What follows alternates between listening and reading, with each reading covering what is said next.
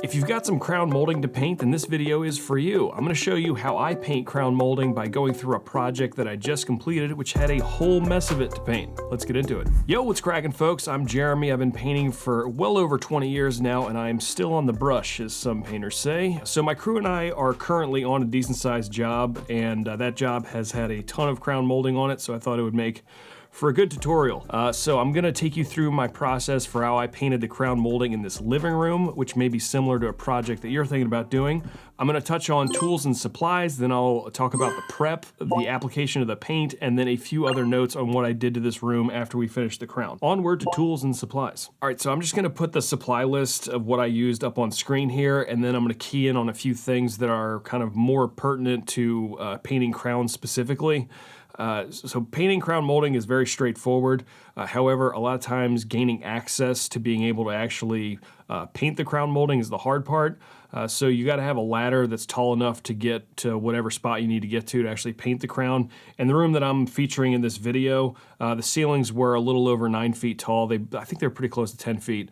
But I used a 6-foot ladder, and that was plenty to get me where I needed to get to. In other parts of the house, we had to paint crown in a big foyer, so I was using a 24-foot extension ladder. You need to use whatever ladder is tall enough to get you where you need to get to, and I'm not going to go into safety stuff, but just be careful on the extension ladders. It can be a little sketch. Another thing I just want to talk about real quick is the caulk, because crown molding is probably one of the most common pieces of trim that we see that separates from the wall. Usually it separates from the ceiling, but a lot of times it'll pull away from the wall as well.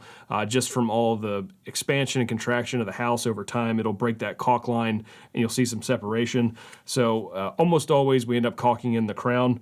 I was just using Powerhouse caulk. You can use higher flex stuff like Shermax or whatever else you want, but caulking is an important piece of the puzzle. Once I had all my supplies and paint and everything, we went ahead and prepped the room out. So we put drops down all over the new floor so we wouldn't get paint on anything that we weren't supposed to. And then I went ahead and prepped the crown. Usually the first thing I do is take some wood putty. I use the orange stuff from Sherwin-Williams and just go around and see if there's any missed nail holes or gaps or dents and stuff in the trim. I'll fill that. And this crown was in decent shape. It was builder's grade that was like 15 years old. The previous paint job was okay. So nothing too crazy. Had to sand down some rough spots, and then I sanded down the wood putty. So once everything was sanded and smooth, I went ahead and took my caulk gun and a caulk tube, and I caulked in the line between the top of the crown and the ceiling, and also the bottom of the crown and the wall. Both of those lines had separated, so I pretty much caulked in all of that all the way around. Also, there was some jankiness in the inside corners where the crown met itself. We see a lot of separation in there too. So I just ran a bead of caulk. And then what I've been doing, actually because of some stuff that I watched on YouTube, as well as people being slightly less than kind in the comments, telling me I'm doing stuff wrong. Sometimes I listen. With caulking, what I've noticed helps a lot more is just having your finger wet if you're gonna use your finger to smooth that out. I did get sent some caulking tools that are supposed to smooth the line out. I haven't used those enough to feel confident with sharing it, but more to come on that later. Anyway, so what I've been doing recently is putting a wet rag kind of dangling from my pocket. I can kind of keep my finger that I'm gonna be smoothing the caulk line out wet, which just helps kind of keep it nice and smooth. Works out well for us. I've been doing that for a decent amount of time now. And then once I have the excess on my finger, I'll wipe it off on a dry rag and then keep it moving. Once I went around the room and caulked everything in, I just let that dry for a bit, and then now we're ready to move on to actually applying the paint. But before I get to that, if you're watching this video, then you may be gearing up to do some painting in your house, which can be a daunting and somewhat lonely endeavor, but it doesn't have to be. Join my Paint Your Home Now community hosted on School, and you can get your questions answered by painters like me, mostly me. And it's a way more effective way for me to answer your questions than just in the comments inside the YouTube channel, because you can post pictures as well, and it just makes it way easier for me to see what's going on with your project and get you pointed in the right direction.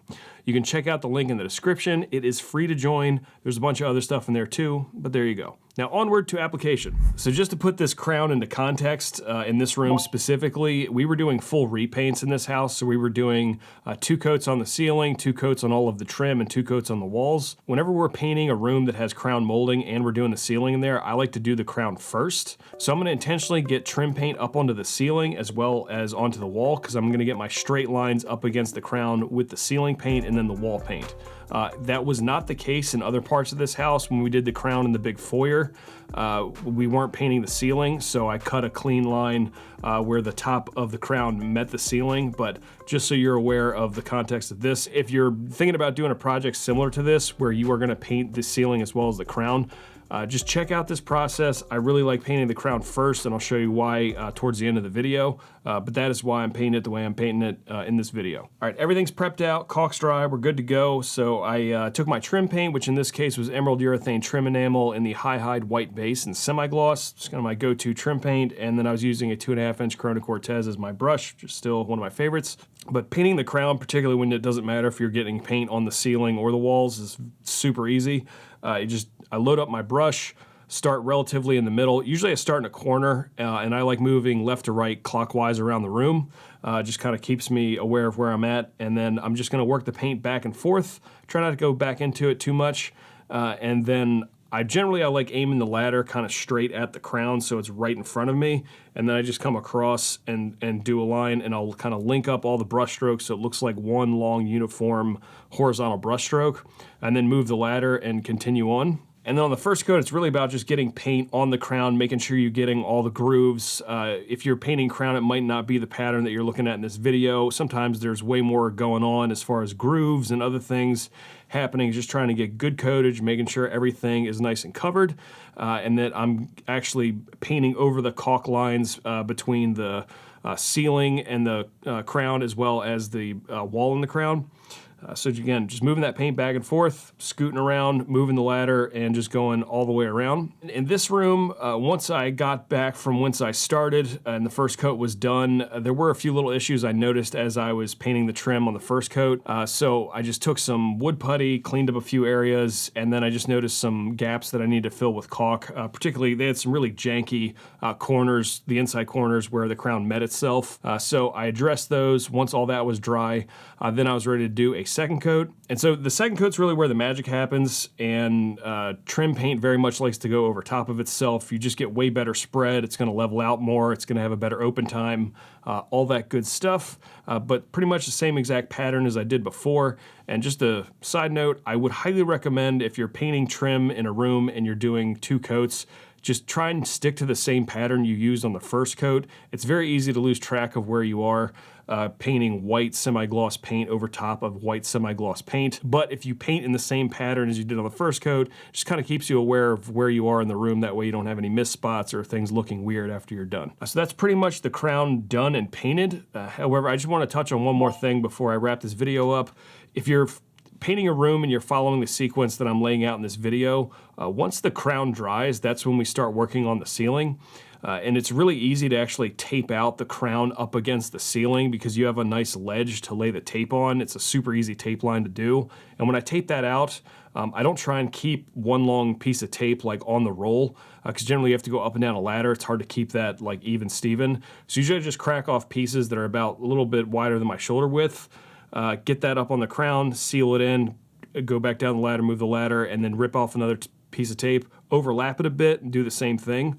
And then once you do that all the way around, it's super easy to cut that ceiling line in. You can even use a mini roller to roll up against that tape line if you don't want to hand cut that in.